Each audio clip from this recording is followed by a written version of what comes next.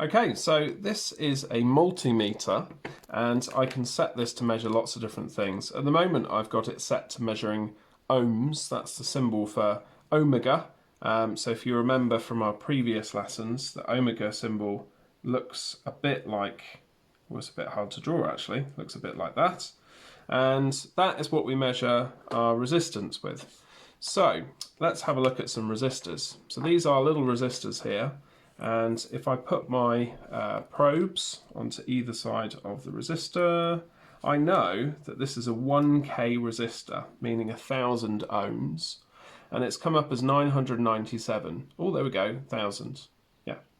So they're never exactly precise. There is a little bit of tolerance with them, but I can tell you that the colours on there do mean 1000, or 1K for short. So that is more or less 997, pretty close to 1000. Right, this one should be half, and I know that because I've looked at the colours. There's a little code there. Yeah, it's more or less nearly half, 470, something like that. So how does that work? What's going on inside there? Well, let's have a little look. So what's inside a resistor? Well, a resistor, you have a wire, and inside the resistor you have a piece of carbon or something that will reduce the flow of electrons. So our little electrons come along through here, down this way, through our resistor, and when they get in here, they get squeezed. You know, it's a bit harder for them to get through, or they meet with some resistance, some barriers, if you like. So we can actually make our own resistor using a pencil. So here's my pencil, and if I turn up on the machine here, I turn it up to 200,000, so 200K, and I put one on here and one on there, we have some power. So that is putting electricity, my machine is actually putting electricity through this bit of pencil that I've just drawn on the table. I'll prove it to you. Look, here we go, nothing. I can get them really close together, nothing happens. Nice and close, there. So that is 25, it's wiggling around, it won't be perfect, but 25, let's say 25K.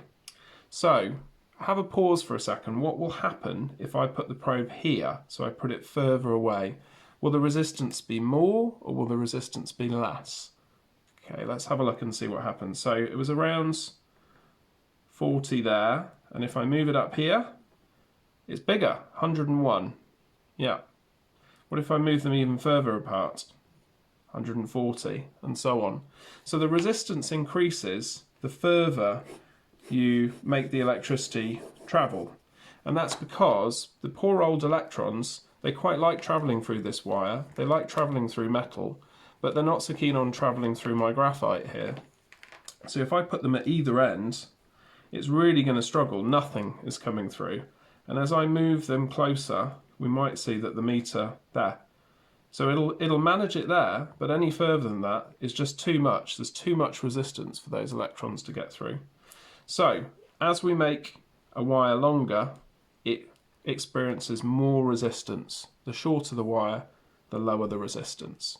And remember, resistance is a reducing of the current. It's a reducing of the flow of the current. That's what resistance is.